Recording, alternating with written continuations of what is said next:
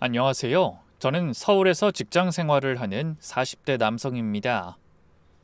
한때는 사랑했던 일을 모두 잃고 삶의 의미를 찾지 못해 방황하던 사람이죠. 그런 저에게 뜻하지 않게 기적 같은 인연이 찾아왔습니다. 절망의 끝에서 만난 이 기적의 만남 덕에 지금은 사람답게 행복을 꿈꾸며 살아가게 됐네요. 그럼 지금부터 제가 어떻게 길바닥을 전전하던 노숙자 신세에서 벗어나 마음의 평화를 얻게 되었는지 그 파란만장한 인생 이야기 들려드리겠습니다. 몇 해 전 아내가 임신 테스트기를 들고 환하게 웃던 그날의 모습이 아직도 생생합니다. 홍식 씨, 2줄이야, 2줄. 그게 정말이야? 응, 드디어 우리한테도 이런 날이 왔어. 마흔을 바라보는 늦은 나이에 처음 느껴보는 기쁨으로 저희 부부는 서로를 부둥켜 안은 채 한참을 울었습니다. 아내는 감격에 겨워 울먹이며 말했어요. 홍식 씨, 우리가 드디어 해냈어. 엄마 아빠가 되는 거라고. 결혼 8년 차. 그동안 저희가 겪었던 시련은 말로 다 표현할 수 없을 정도였습니다. 인공수정을 3번이나 실패하고 시험관 시술에서도 계속 절망을 맛본 끝에 드디어 임신 테스트기에서 선명한 2줄을 보게 된 거죠. 사실 그동안 병원 피검사 결과에서 임신 반응을 보인 적은 몇 번 있었습니다. 하지만 아이가 제대로 자리 잡지 못하고 늘 심장 소리를 듣지 못한 채 실패로 끝나버렸어요. 그때마다 아내는 괴로워하며 자책했습니다. 홍식 씨, 내가 뭘 잘못해서 이렇게 된 걸까? 왜 아이가 잘 자라지 못하는 거지? 아니야, 의사 선생님도 그러셨잖아. 누구 잘못도 아니라고. 그냥 아기가 아직 우리한테 올 준비가 안 됐던 것뿐이야. 그리고 만일 우리한테 아이가 허락되지 않는다면 그것도 다 하늘의 뜻이라고 생각하자. 난 우리 둘만으로도 충분하다고 했잖아. 하지만 아내는 돌아가신 장모님과 단둘이 외롭게 살아와서 꼭 아이를 낳아 단란한 가정을 만들고 싶어 했죠. 그런데 드디어 그렇게 기다리고 기다리던 아이가 찾아온 겁니다.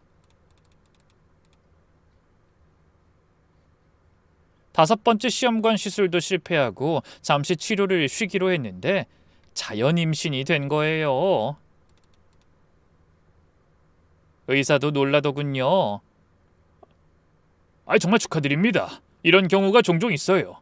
마음을 비우니까 오히려 좋은 결과가 있었네요. 아내는 임신 후 그 어느 때보다 조심스럽게 생활했습니다. 회사도 그만두고 집에서 안정을 취했죠. 저는 아내를 위해 매일 아침 신선한 과일을 갈아 주스를 만들어줬고 퇴근 후에는 부은 다리를 마사지해줬습니다. 그러다 하루는 종일 고민했던 말을 꺼냈어요. 여보, 우리 아기 이름 뭐로 할까? 아내는 기다렸다는 듯 대답하더군요. 희망이는 어때? 우리한테 희망이 되어줄 아이니까. 좋아. 희망아, 엄마 아빠가 기다리고 있을 테니 건강하게 태어나라. 저흰 그렇게 아이와 만날 날을 꿈꾸며 행복한 시간을 보냈습니다. 그 사이 임신 6개월이 되었고 그때까지는 모든 것이 순조로웠죠. 정기검진에서도 아이는 건강하게 자라고 있었고 아내의 상태도 양호했어요. 저희는 아이 방을 꾸미기 시작했고 육아용품도 하나둘 장만했습니다. 그러던 어느 날 임신 7개월에 접어든 평범한 아침이었어요.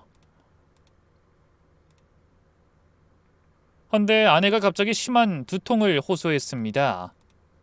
여보, 나 머리가 너무 아프고 눈앞이 흐릿해요.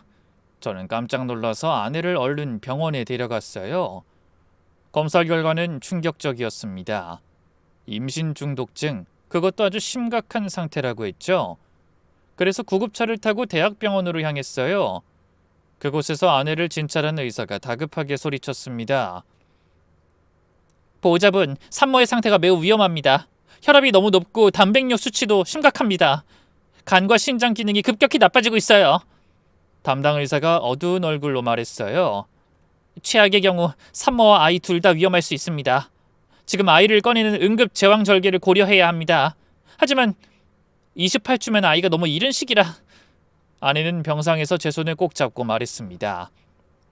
여보, 아이를 우리 희망이 살려야 해. 난 어떻게든 상관없어. 아이, 무슨 소리야? 말도 안 돼. 나한텐 당신이 더 소중하다고. 상황은 시시각각 나빠졌습니다. 급기야 아내는 경련까지 일으키기 시작했고 의료진은 응급수술을 결정했어요. 저는 수술실 앞에서 눈물을 흘리며 기도했습니다. 종교가 없던 제가 난생 처음으로 간절히 빌고 또 빌었죠. 제발 우리 아기랑 수진이 살려주세요. 제 목숨을 가져가도 좋으니 제발 저한테서 두 사람을 데려가지 마세요. 수술 시간이 천년처럼 길게 느껴졌어요. 지옥 같은 시간이 지나고 담당 의사가 수술실에서 나왔을 때 그 표정만으로 저는 모든 것을 알았습니다. 죄송합니다. 아이는 살리지 못했습니다. 너무 이른 시기라 폐가 완성되지 않아서. 다행히 산모는 간신히 목숨을 건졌지만. 의사가 잠시 말을 멈추더니 안타까운 표정으로 더 충격적인 소식을 전했습니다. 임신 중독증으로 신장이 완전히 망가졌습니다. 앞으로는 투석을 받으셔야 할 것 같네요. 저는 그 자리에 주저앉았습니다. 하늘이 무너지는 것 같았어요. 아내가 의식을 찾은 건 한참 후였습니다. 깨어나자마자 배를 만지며 묻더군요. 여보, 우리 희망이는? 저는 차마 대답하지 못하고 고개를 저었습니다. 아내는 말없이 눈물만 흘렸죠. 그 모습이 너무 가슴 아파서 저도 같이 울었습니다. 미안해. 내가 건강했다면 어렵게 찾아온 아이 보내지 않았을 텐데. 아니야, 당신 잘못 아니야. 절대 그렇게 생각하지 마. 퇴원 후 아내는 일주일에 3번씩 투석을 받아야 했습니다. 한 번에 4시간씩 기계에 의존해 피를 걸러야 했죠. 투석을 받고 오는 날이면 아내는 온종일 침대에 누워 있어야 했습니다. 그런 생활이 반복되며 아내는 점점 무기력해지고 우울해했어요. 홍석 씨한테 난 짐만 되는 것 같아. 차라리 그때 내가 죽었어야 하는데. 그런 소리 하지 마. 당신이라도 내 곁에 남아줘서 얼마나 다행인지 알아? 수진아, 제발 우리 힘을 내보자. 하지만 아내는 날이 갈수록 쇠약해졌습니다. 투석도 점점 힘들어했고 합병증도 생기기 시작했죠. 심장도 약해지고 폐에도 물이 차기 시작했어요. 저는 더 좋은 치료법을 찾아 여기저기 수소문했습니다. 대체의학, 한방, 심지어 답답한 마음에 점까지 보러 갔네요. 하지만 아무것도 아내의 병을 고쳐줄 순 없었습니다. 투병 기간이 길어지며 아내는 점점 말수가 줄어들었어요. 몸의 병이 마음으로 옮겨가는 것 같아 두렵더군요. 그러던 어느 날, 여느 때처럼 아내의 투석을 위해 병원에 갔습니다.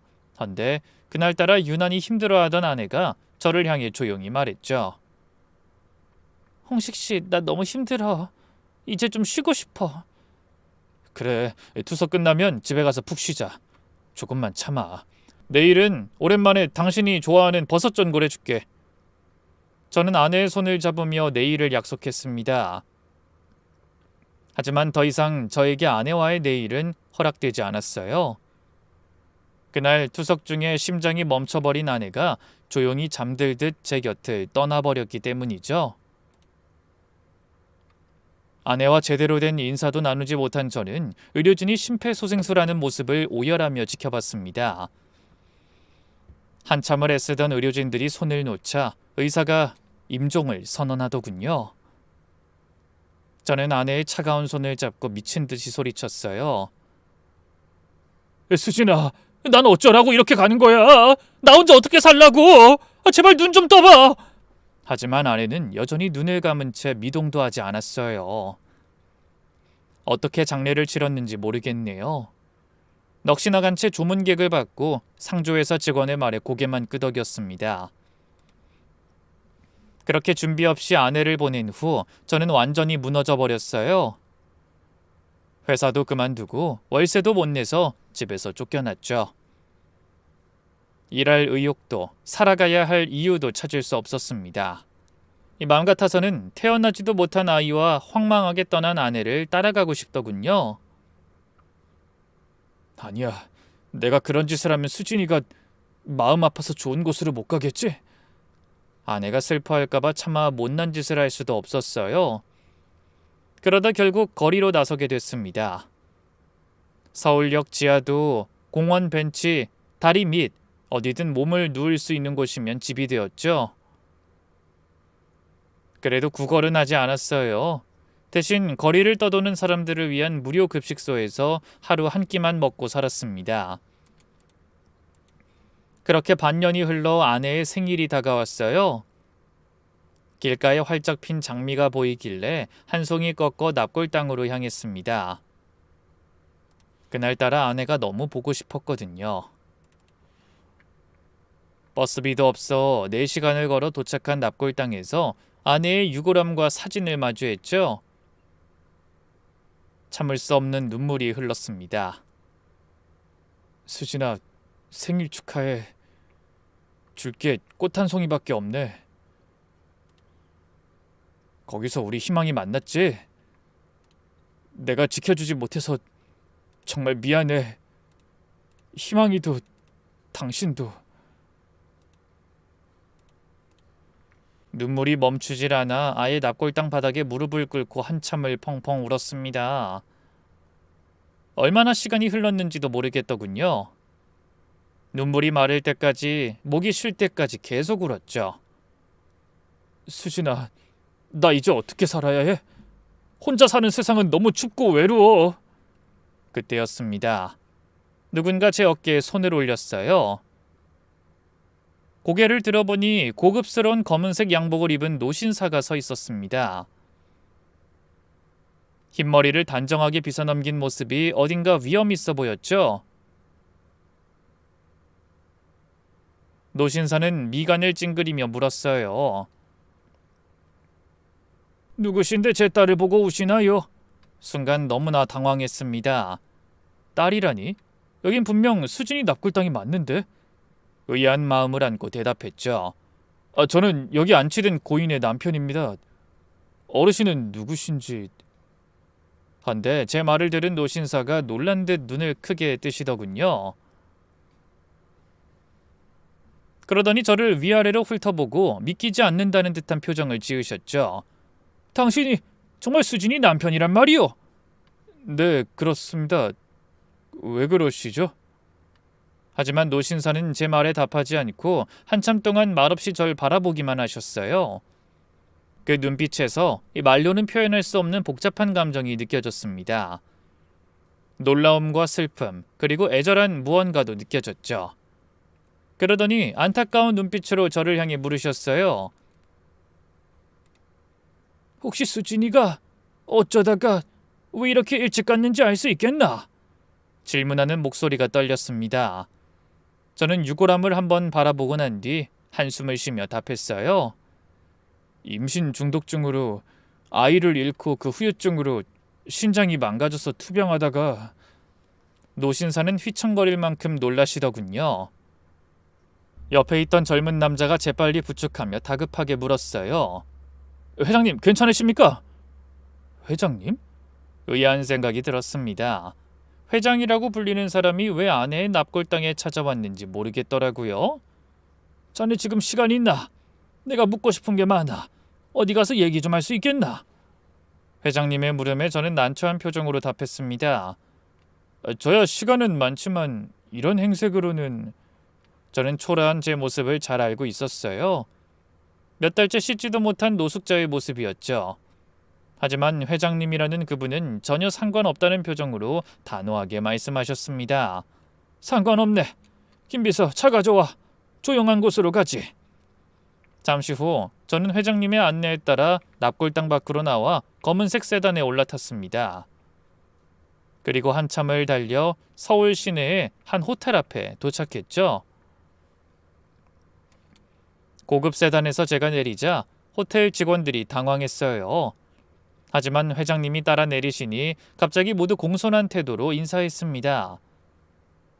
잠시 후 스위트룸에 들어선 회장님은 소파에 앉아 절 올려다보며 말씀하셨어요. 먼저 씻고 옷부터 갈아입지. 식사도 하고 비서한테 새 옷 한 벌 준비하라고 했네. 네?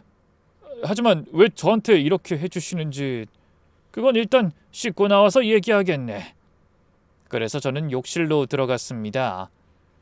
대리석으로 된 넓은 욕실에 온갖 고급 샤워 용품들이 준비되어 있었어요. 뜨거운 물에 몸을 담그니 몇 달 만에 처음으로 인간다운 기분이 들었습니다. 씻고 나와 준비된 옷을 입었어요. 그리고 식사가 차려진 거실로 나가자 회장님이 창밖을 보고 서 계시다가 한마디 하셨죠. 앉아서 들지. 스테이크와 다양한 요리들이 차려져 있었습니다. 오랜만에 제대로 된 식사를 하는 것 같았어요. 회장님은 제가 음식 먹는 모습을 가만히 지켜보다가 천천히 입을 여셨습니다. 수진인 내 딸이었네. 저는 숟가락을 움직이다 말고 고개를 들었어요. 네? 그게 무슨 말씀이신지. 집사람은 어머니하고만 살았다고 하던데. 제 말에 회장님은 지갑에서 빛바랜 사진 한 장을 꺼내 보여주셨습니다. 젊은 여자가 아기를 안고 있는 사진이었는데 그 여자의 얼굴이 떠난 제 아내와 너무 닮아 있었어요. 이 사진 속 여자가 수진이 엄마요. 그리고 아기가 수진이고. 그 뒤로 회장님은 긴 이야기를 시작하셨습니다. 그 사람을 처음 만난 건 대학 때였지. 집안에서는 정략 결혼을 준비하고 있었지만 난 수진이 엄마를 사랑했네. 우리 학교 앞 분식집 딸이었지. 형편이 어려웠지만 그건 아무 상관없었어. 옛일이 떠오르는지 회장님의 눈가가 촉촉해졌습니다. 그 사람이 임신한 걸 알았을 때 난 정말 기뻤네. 하지만 그걸 알게 된 우리 집에서 가만히 있을 리가 없었지. 회장님은 잠시 말씀을 멈추고 한숨을 쉬셨죠. 나한테 선택을 강요했어. 유학을 가고 정략 결혼을 받아들이지 않으면 그 사람과 뱃속의 아이가 무사하지 못할 거라고. 그때 내 아버지는 진짜로 그럴 수 있는 분이었지. 전 전혀 몰랐던 사실을 듣고 깜짝 놀랐습니다. 아니 어떻게 그런 일이... 난 어쩔 수 없이 유학을 선택했네. 그리고 그 사람한테 편지를 남겼지. 숨으라고. 제발 꽁꽁 숨어 아이를 꼭 낳아 잘 키워달라고. 그리고 연락하면 내가 돌아와서 꼭 찾아가겠다고. 회장님의 목소리가 떨렸습니다. 아이를 낳고 얼마 안 됐을 때까진 연락이 됐어. 그때 이 사진을 받았지. 하지만 우리 집에서 눈치를 챘는지 그 사람이 나한테도 연락하지 않고 자취를 감췄네. 난 몇 년 후 돌아와서 그 사람과 아이를 찾았지만 쉽지 않았어. 전 전혀 몰랐습니다. 수진이는 어릴 때 아버지가 돌아가셨다고 알고 있었는데. 그럼 그 납골당은 언제 어떻게 알게 되신 건지. 얼마 전에야 겨우 찾았네. 그 사람이 우리 집에서 절대 찾을 수 없게 하려고 이름도 바꾸고 지방 소도시에서 죽은 듯이 산 모양이더군. 그렇게 혼자 애를 키우면서 고생만 하다 먼저 떠나다니. 그 사람이 떠나고 나서 애 혼자 서울로 와서 고학으로 대학을 나왔다고 들었네. 저는 고개를 끄덕이며 말했습니다. 맞습니다. 아르바이트하면서 대학 다니느라 2년제를 4년 만에 졸업했다고 하더라고요. 제 말을 들은 회장님은 눈물을 닦으셨죠. 수진인 끝까지 자기가 내 딸인 줄 몰랐겠지. 애 엄마가 철저히 숨겼을 거야. 아마 우리 집안에서 찾아낼까 봐 두려웠을 테지. 못난 아비 때문에 그 불쌍한 것이 얼마나 힘들게 살았을지. 그제야 모든 것이 이해되었습니다. 아내가 왜 친척도 없이 자랐는지, 왜 아버지가 돌아가셨다는 것 말고는 아는 게 없다고 했는지 저는 놀란 마음을 진정시키며 입을 열었어요.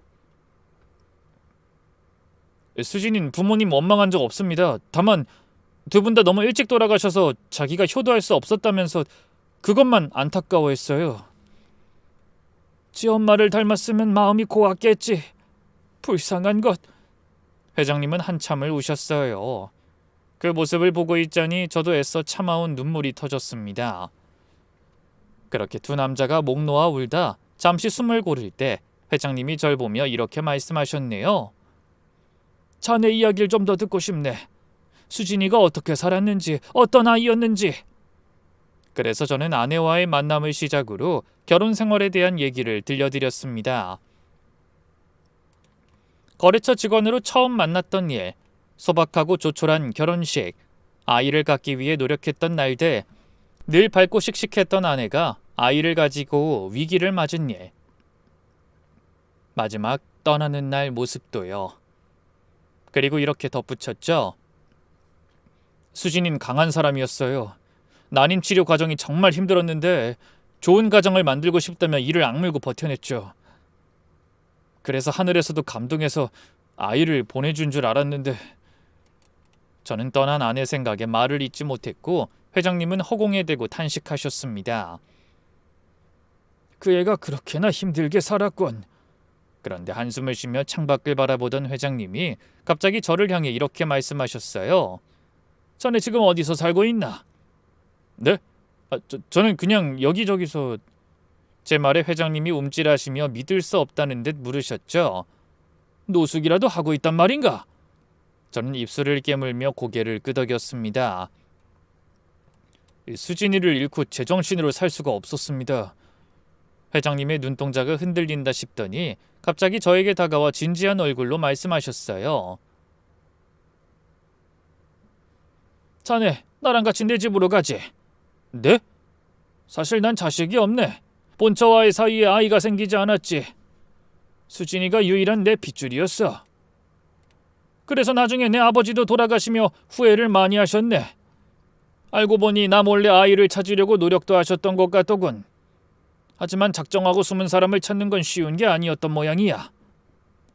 회장님은 제 어깨를 잡고 눈을 바라보며 말씀하셨어요. 오늘 내가 수진이를 보러 갔다가 자네를 만난 건 우연이 아닌 것 같네. 내가 지켜주지 못한 딸을 자네가 지켜주려 노력했으니 이번엔 내가 자네를 도와주고 싶어. 아마 수진이도 하늘에서 기뻐할 걸세. 그래야 나도 나중에 수진이를 떳떳하게 볼 수 있을 것 같아. 너무나 뜻밖의 제안에 저는 어떻게 반응해야 할지 몰라 말을 더듬었죠. 하지만 회장님, 저 같은 사람이 어떻게 회장님 곁에...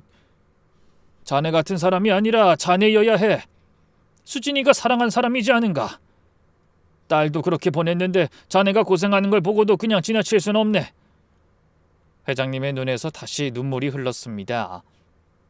그 사람과 수진이한테 못다 준 사랑을 자네한테 주고 싶어. 그게 내가 할 수 있는 유일한 속죄인 것 같네. 그날 밤 저는 호텔 침대에 누워 천장을 바라보며 마음속으로 아내를 향해 말했어요. 당신 아버지가 살아계셨어. 당신이 알았다면 얼마나 기뻐했을까? 저는 오랜만에 편안한 침대에 누워서도 쉽게 잠을 이룰 수가 없었습니다. 예상치 못한 장인의 등장이 믿기지 않았죠. 다음 날 아침 회장님이 호텔로 다시 찾아오셨습니다. 어서 준비하게, 집으로 가지. 저는 난처한 표정으로 쭈뼛거리며 말했어요. 회장님, 정말 감사한 말씀이지만 사람들이 뭐라고 할지...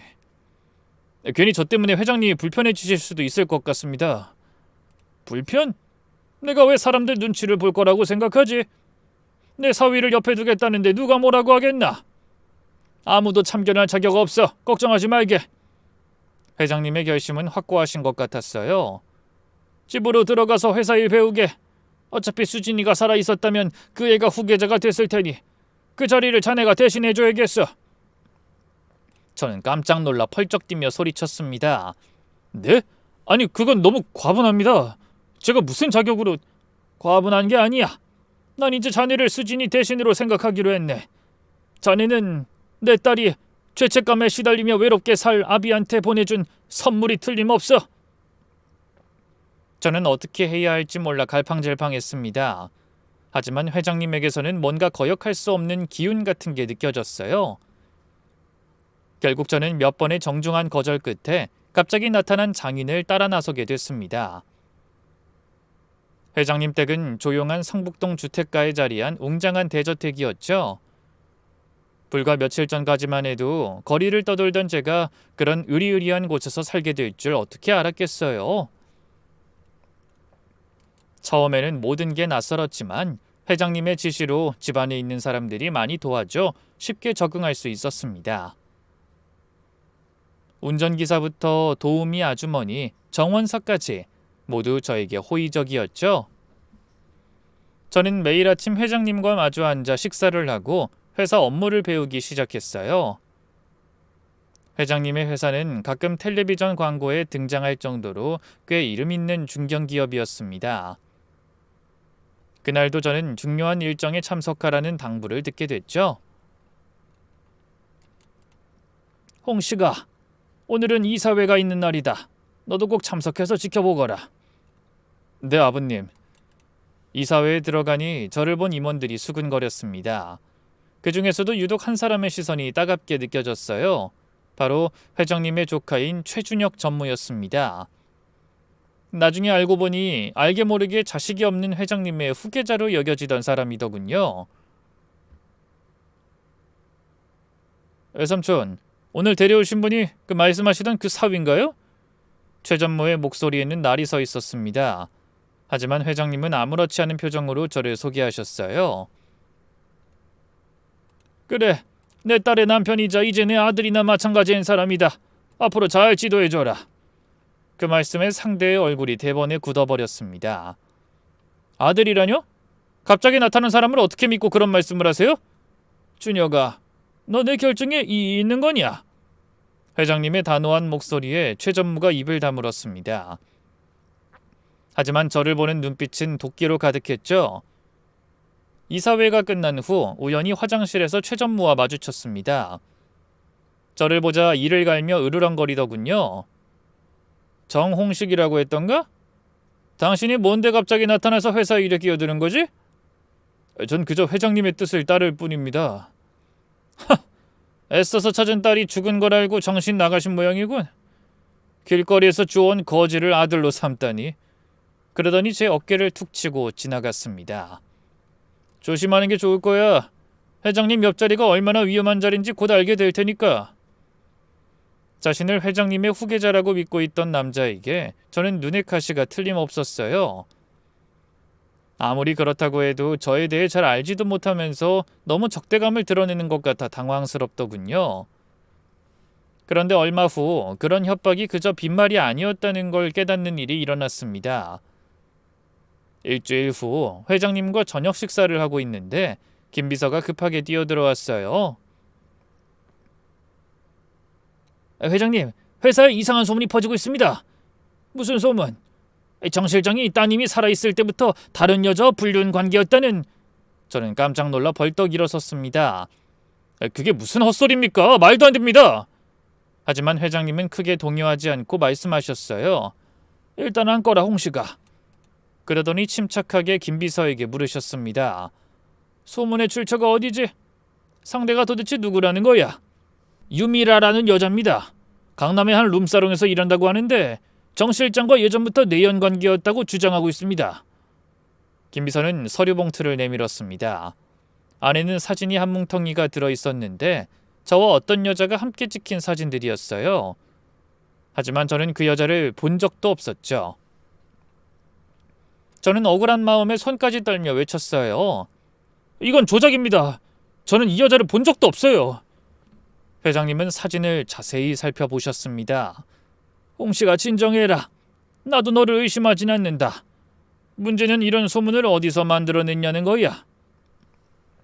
그러더니 비서를 향해 말씀하셨어요. 내일 당장 그 여자 데려와.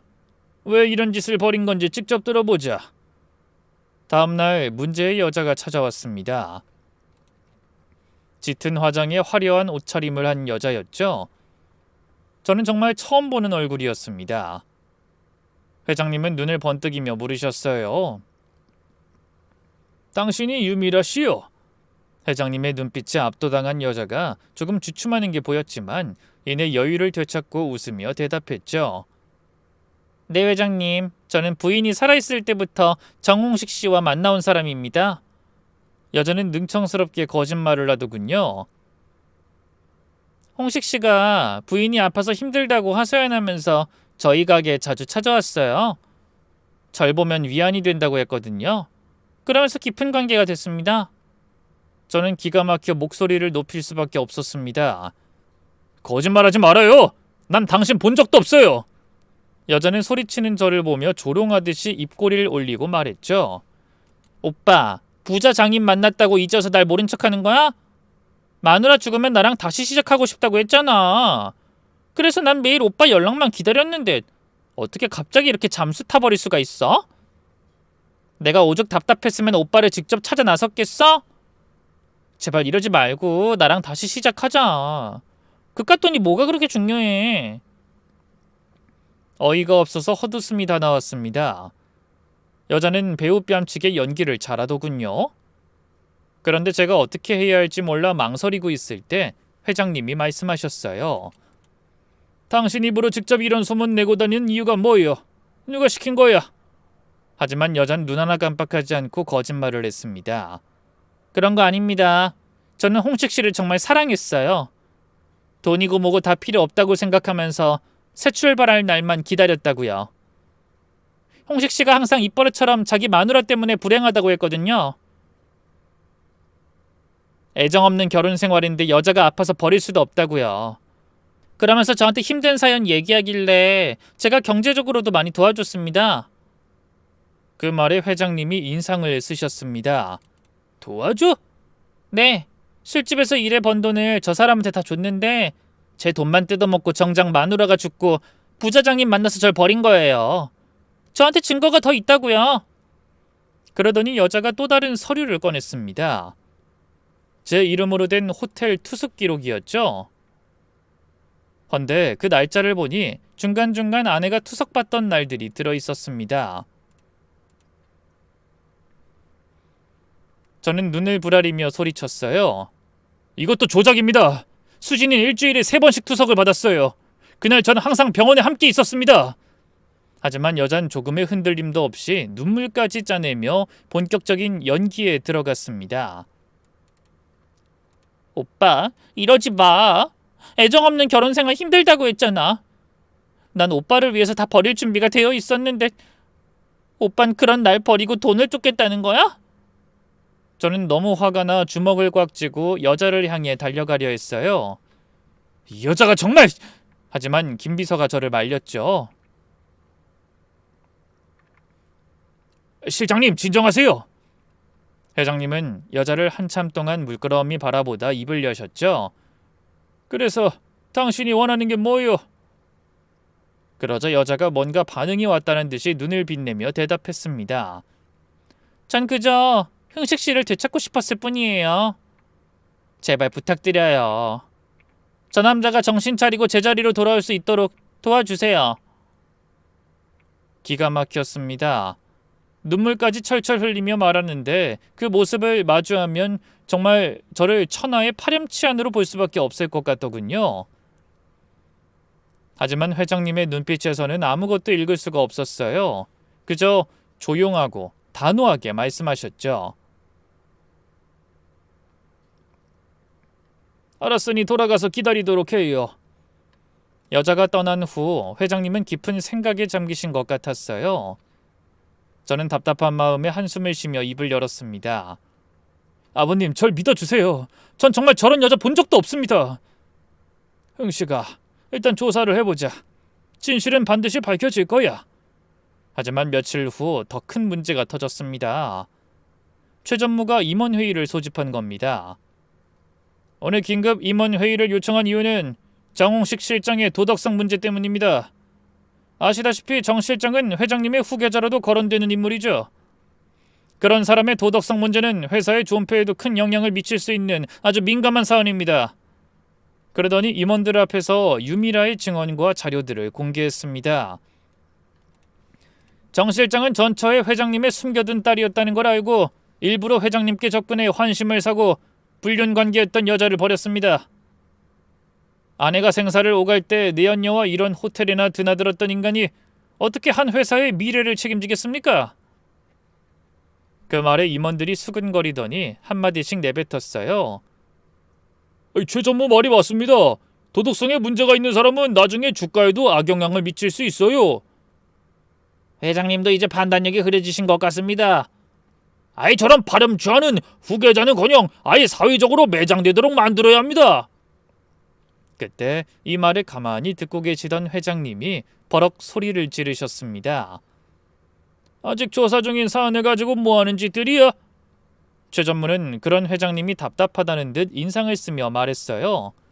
회장님, 증거가 이렇게 명백한데 무슨 조사가 더 필요합니까? 저런 남자를 사위랍시고 곁에 두신 것부터가 실수였습니다. 인정하시고 내보내세요. 말을 마친 최 전무는 몸을 돌려 임원들을 바라보며 다시 말을 시작했어요. 여러분, 우리 회사의 미래를 위해서라도 이 문제는 절대 그냥 넘어갈 수 없습니다. 여러분이 청춘을 바쳐 이끌어온 회사가 저런 인간 때문에 좌지우지되는 걸 지켜볼 수는 없잖아요. 회의가 끝난 후 저는 참담한 표정으로 회장님께 말씀드렸습니다. 아버님, 제가 떠나는 게 좋을 것 같습니다. 괜히 저 때문에 아버님의 입지에도 문제가 생기실 것 같아요. 그게 무슨 소리야? 내가 널 의심한다고 생각하니? 그건 아닙니다. 하지만 저런 소문이 돌기 시작하면 회사와 아버님의 이미지에도 좋을 게 없을 것 같습니다. 홍씨가, 나는 사람 보는 눈이 있다. 네가 그런 사람이 아니란 걸 알기 때문에 내 옆에 둔 거야. 이건 분명 준혁이가 꾸민 일일 거다. 지금 내가 여러 가지 증거를 찾고 있으니 조금만 기다려라. 그런데 며칠 후 최 전무가 저를 자신의 사무실로 따로 불렀습니다. 그러더니 마치 전쟁에서 승리한 장수처럼 여유로운 미소를 지으며 이렇게 말했어요. 정홍식 씨, 이제 그만 포기하는 게 어때? 그게 무슨 말씀이신지. 당신이 자진해서 사라져 준다면 더 이상 문제는 없을 거야. 위자료도 줄 수 있어. 최 전무는 척 봐도 돈 뭉치가 분명한 봉투를 제 앞에 던지며 말했어요. 이거 받고 조용히 사라지는 게 좋을 거야. 저는 봉투를 밀어냈습니다. 전 돈 때문에 여기 있는 게 아닙니다. 말 같지도 않은 소리. 그럼 뭐 때문이야? 설마 진짜 그 늙은이를 아버지로 생각한다는 웃기는 소리 할 생각이면 집어쳐. 회장님은 이제 저한테 하나뿐인 가족입니다. 이깟 돈으로 마음대로 할 수 있는 사이가 아니라고요. 최 전무는 팔짱을 낀 채 콧방귀를 뀌었어요. 그래, 감동적이군.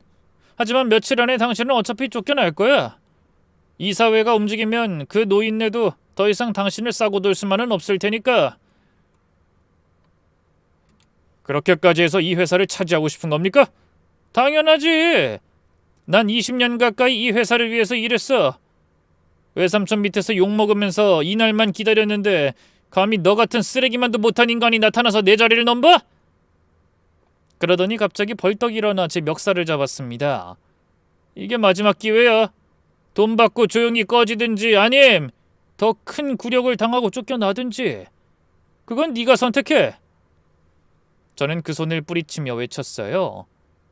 전무님이야말로 정정당당하게 경쟁하시죠. 이런 비열한 방법 말곤 저를 이길 수 없을 것 같나요? 뭐야? 좋아, 두고 봐. 오늘 그 말 꼭 후회하게 해줄 테니.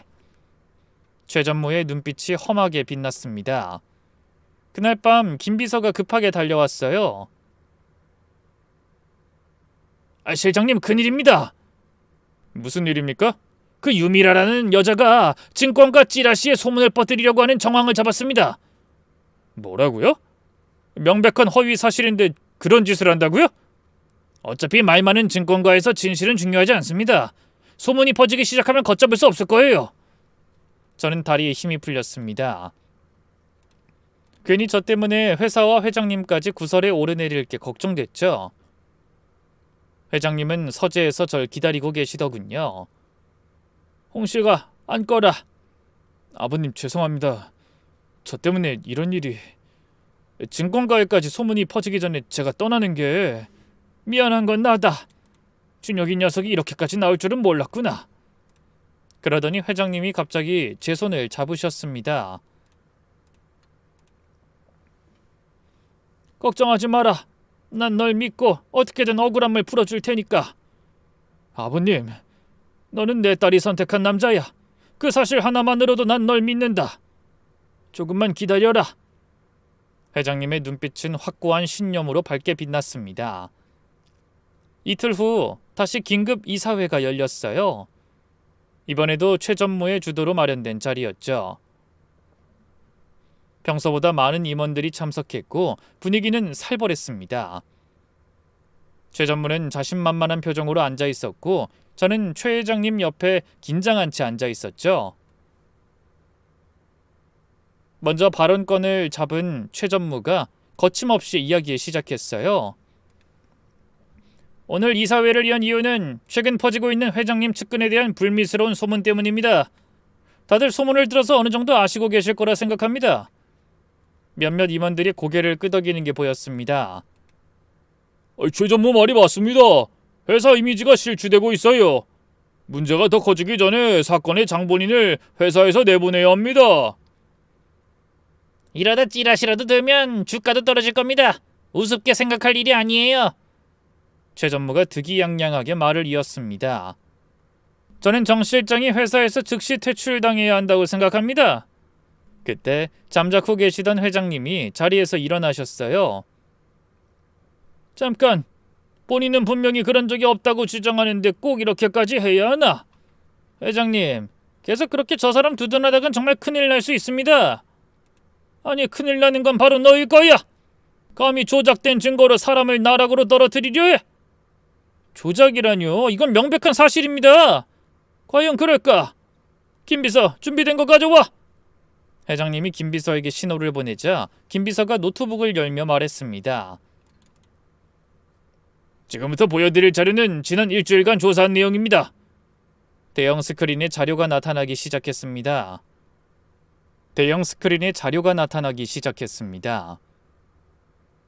먼저 유미라 씨가 제출한 호텔 투숙 기록부터 보겠습니다.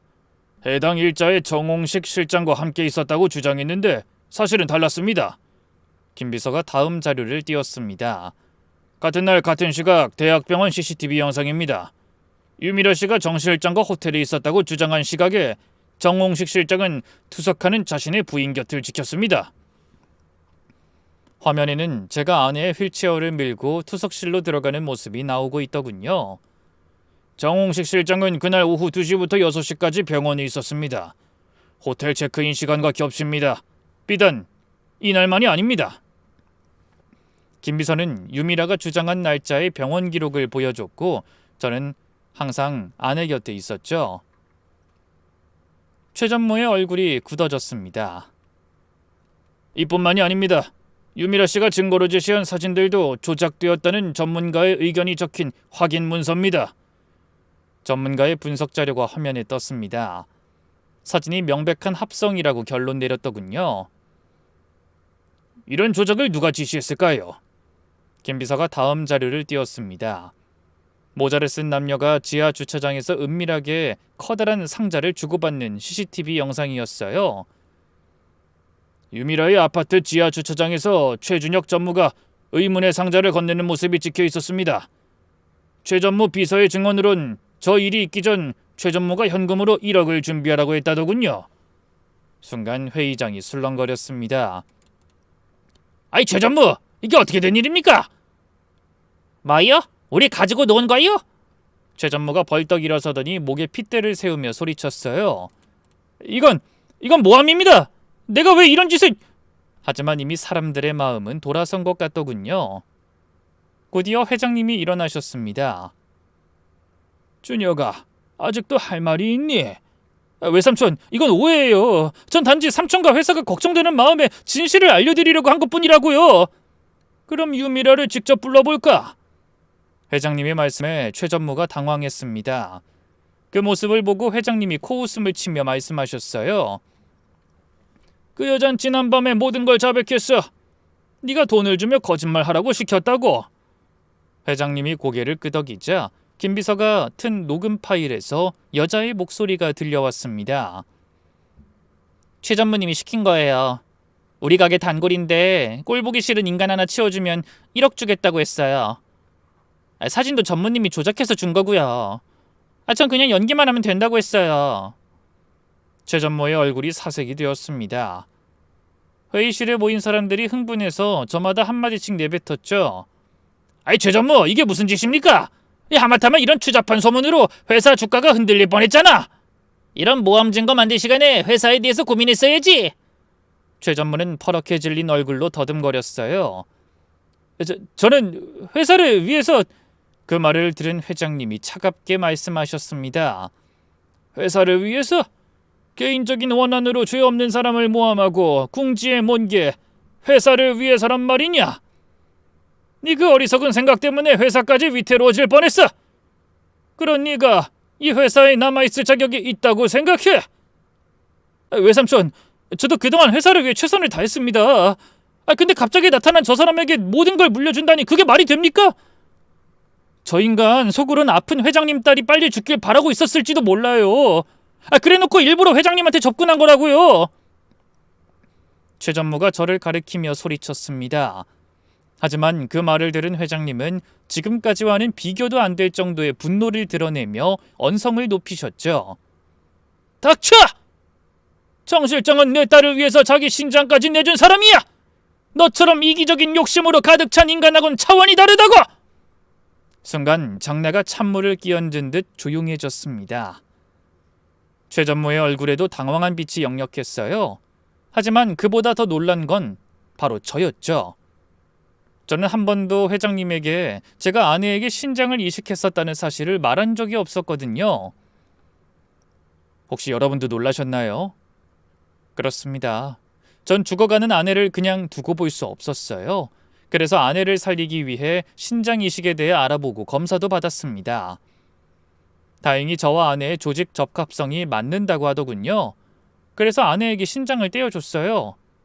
하지만 처음에 이 사실을 알게 된 아내는 격하게 이식을 거부하기도 했죠. 홍식 씨, 그럴 필요 없어. 나 때문에 당신까지 위험하게 할 순 없어. 우린 부부잖아. 내가 아프면 당신은 모른 척 할 거야? 내 걱정이 되거든. 이식받고 빨리 건강해져. 그게 날 위하는 일이야. 그 후로 저는 회사에 휴직계를 내고 이식 수술을 준비했습니다. 치료비를 마련하기 위해 전셋집을 빼고 월세로 옮겼어요. 예금도 모두 털고 오직 아내의 치료에만 온 힘을 쏟았죠. 얼마 후 드디어 이식 수술을 받았습니다. 수술은 성공적이라고 했어요. 의사도 희망적이라며 격려해 주더군요. 이식은 잘 됐습니다. 이제 경과를 지켜봐야겠지만 별 문제 없이 회복만 잘하면 정상적인 생활 가능할 겁니다. 저와 아내는 안심하며 예전의 생활로 돌아갈 수 있을 거라는 기대를 가졌어요. 하지만 한 달 후 아내의 몸에서 거부 반응이 나타나기 시작했습니다. 면역 억제제를 최대한 써보겠지만 거부 반응이 너무 심합니다. 결국 이식받은 신장은 기능을 잃었고 아내는 다시 투석을 받아야 했어요. 아내를 구하기 위해 감행한 이식의 결과가 처참했던 겁니다. 저는 하나 남은 신장으로 살아가야 했고 아내의 상태는 오히려 더 나빠졌죠. 저도 힘들었지만 절망에 몸부림치는 아내를 보는 게 가장 마음 아팠어요. 홍식 씨, 미안해. 당신 신장까지 바꿔도 이 모양이라니. 난 정말 못난 사람인가 봐. 아니야, 수진아. 우리 다시 방법을 찾아보자. 제발 포기하지 마. 하지만 그 뒤로 점점 상태가 나빠지던 아내는 다시 투석을 받게 됐고 얼마 후 세상을 떠나버린 겁니다. 그런데 그 일을 회장님이 알고 계신다니 저도 놀랐습니다. 떠올리는 것만으로도 가슴 아픈 기억이라 아내가 떠난 후 한 번도 입 밖에 낸 적이 없는 일이었거든요. 제가 아내에게 신장을 이식했다는 말을 듣자 최 전무는 인상을 찌푸리며 이해할 수 없다는 듯 말했어요. 하지만 피 한 방울 안 섞인... 그 말에 회장님이 이를 갈며 말씀하셨죠. 그래, 넌 그렇게 말할 줄 알았다. 너 같은 인간은 절대로 생각도 하지 못할 일이지. 하지만 정 실장, 아니 내 사위는 사랑하는 부인을 위해서 못할 일이 없는 사람이었어. 내 딸의 치료를 위해 전 재산을 바치고 회사도 그만뒀지. 내가 저런 사람을 믿지 않으면 누굴 믿는다는 말이냐? 이불은 회사를 위하는 척하면서 뒤로 비열한 짓이나 꾸미는 너를 믿으라고! 최 전무의 눈동자가 흔들렸습니다. 비열한 짓이라뇨? 그게 무슨 말씀이세요? 제가 뭘 어쨌다고? 저는 20년 가까이... 그때 김 비서가 입을 열자 화면에 회계 자료가 나타났습니다. 지난 7년간 최 전무의 횡령액이 무려 100억에 달합니다. 서류만 존재하는 가짜 회사와 거래처를 만들어 회사 자금을 빼돌린 뒤 해외에서 자금 세탁한 정황을 포착했습니다. 놀란 최 전무는 입만 벙긋거렸어요. 뭐라고 변명하고 싶어하는 것 같았지만 화면에 나타난 증거들이 너무나 분명했습니다. 이사회에 모인 모든 사람이 경악했죠. 전부 최 전무를 노려보며 소리쳤어요. 이런 파렴치한... 회사를 좀먹는 기생충이었군. 궁지에 몰린 최 전무는 무릎을 꿇었습니다. 외삼촌, 제가 잘못했습니다. 한 번만 용서해 주세요. 용서? 회장님은 조카를 차가운 눈빛으로 내려다보셨습니다. 감히 내 뒤에서 이런 짓을 벌여놓고 용서라는 말을 입에 담아? 그런 주제 이불은 회사를 위하는 척 가증을 떨어? 외삼촌, 김 비서 당장 고발해! 횡령, 배임, 명예훼손, 무고죄 할 수 있는 건 전부 다! 네, 회장님. 최 전무는 눈물이 범벅이 된 얼굴로 회장님에게 매달렸어요. 하지만 회장님이 눈길도 주지 않으시자 이번엔 저에게 달려와 또 무릎을 꿇었습니다. 정 실장님, 제가 잘못했습니다. 괜한 질투심에 눈이 멀어서 다시는 이런 일 없을 겁니다. 제발 좀 도와주세요. 일어나세요. 본인이 저지른 일에 대한 책임은 본인이 져야죠. 잠시 후 신고를 받고 출동한 경찰이 최 전무를 끌고 나갔습니다. 그날 저의 죄를 논하기 위해 열린 이사회에서 정작 파국을 맞은 건 최 전무였죠. 외삼촌! 제발 용서해 주세요! 사실 20년 세월 이렇게 끝낼 순 없어요! 하지만 아무도 돌아보지 않은 채 최 전무의 절규가 멀어져 갔습니다. 그렇게 소란스러운 이사회가 끝난 후 회장님과 저는 집으로 돌아와 소파에 마주 앉았어요. 홍씨가 그동안 마음고생 많았지? 아닙니다. 아버님이 더 힘드셨죠. 괜히 저 때문에... 아니 무슨 소리냐? 준혁이 녀석이 언젠간 사고 칠 줄 알았다. 네가 아니었어도 문제를 일으켰을 거야. 회장님이 한숨을 보며 말씀하셨어요. 사실 준혁이를 후계자로 생각한 적은 없었다. 욕심만 많고 능력은 부족했으니까. 당장 다른 대안이 없어서 그냥 지켜보고 있었던 거지. 그래도 오랜 시간 함께 일한 조카인데 피가 뭐 그리 중요하냐? 준혁이는 날 외삼촌이라고 불렀지만 진심으로 존경한 적은 없었다. 그저 내 재산만 노렸지. 그러니 저런 간 큰 짓을 벌인 것 아니겠니? 회장님이 저를 똑바로 바라보셨습니다. 하지만 넌 달라. 사랑하는 사람을 위해서 자신을 희생할 줄 아는 사람이지. 그건 생각만큼 쉽지 않은 일이야. 그래서 난 내일 너를 내 후계자로 공식 발표할 생각이다. 너 같은 희생정신을 가진 사람이 진짜 회사를 이끄는 사람이 되어야 한다고 생각하거든. 하지만 전 그 말씀을 정중히 거절했어요. 아버님, 그 말씀은 너무나 감사하지만 솔직히 저한테는 그만한 능력이 없습니다. 수많은 직원과 그 직원들의 가족까지 책임져야 하는 자리에 적합한 사람이 아니에요. 그 일은 그 자리에 맞는 전문 경영인이 해야 하는 일이라고 생각합니다. 회장님은 놀라셨는지 눈을 크게 뜨고 말씀하셨죠. 뭐라고? 그럼 지금 내 후계자를 포기하겠다는 거냐? 네, 저는 지금 주신 이 자리도 너무나 과분합니다. 여기서 열심히 회사의 발전을 위해 제 능력에 맞게 노력하겠습니다. 그리고 비록 후계자는 아니지만 아버님의 곁에서 오래도록 아들의 자리를 지키고 싶어요. 그런 제 말에 회장님의 눈시울이 붉어졌습니다. 그래, 자신을 제대로 파악하는 것도 큰 용기가 필요한 법이지. 내가 오늘 비록 후계자는 잃었지만 진짜 아들을 얻었구나. 한 달 후 회사는 전문 경영인 체제로 전환되었어요. 직원들의 반응은 의외로 좋았습니다. 뻑하면 갑질하는 최전무 같은 사람이 후계자가 되는 것보단 훨씬 나은 것 같아요. 이제 회사 경영이 더 투명해지니 우리도 안심하고 일할 수 있을 것 같아. 사실 저는 좀 불안했거든. 그 인간 자기가 벌써 회장이라도 된 것처럼 거들먹거리더니 쌤통이다. 그 뒤로 최 전무가 징역 7년을 선고받았다는 소식이 들려왔습니다. 회사 경영보다 개인의 욕심에 사로잡혀 악행을 일삼은 결과가 가혹하더군요. 모든 사건이 일단락된 후 저와 회장님은 아내의 납골당을 찾았습니다. 유골함을 보며 회장님이 말씀하셨어요. 수진아, 이제야 나타나서 미안하다. 하지만 네 남편을 아들로 삼아서 너한테 못 준 사랑을 다 줄 테니 이제라도 마음 편히 지내거라. 저도 옆에서 눈물을 글썽이며 말했습니다. 당신이 아버님을 만나게 해줘서 이제 나 더 이상 외롭지 않아. 당신도 거기서 장모님이랑 우리 희망이 만나서 잘 지내고 있지? 우리 서로 힘내라고 응원해주자. 못난 나 만나서 고생한 거 미안하고 고마웠어. 해가 저물 무렵 납골당을 나온 저희는 나란히 노을 속을 걸었습니다. 이제 아버님과 저는 혈연을 넘어선 부자, 슬픔을 넘어선 가족이 되었어요. 따뜻하고 평화로운 노을빛이 저희를 감싸주는 것 같더군요.